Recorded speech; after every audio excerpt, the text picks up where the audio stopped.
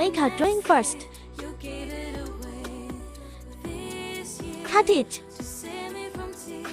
Fold it. Cut along a thick line with a cutter. Affix double-sided adhesive tape.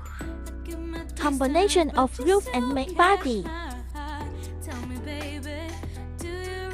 Make some more little houses.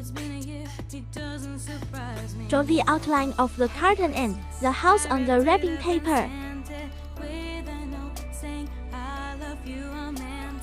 Picking a few holes. Fix the wrapping paper on the curtain. You can put the little house in.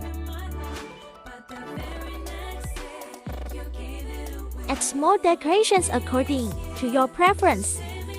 Complete. Put some small gifts in.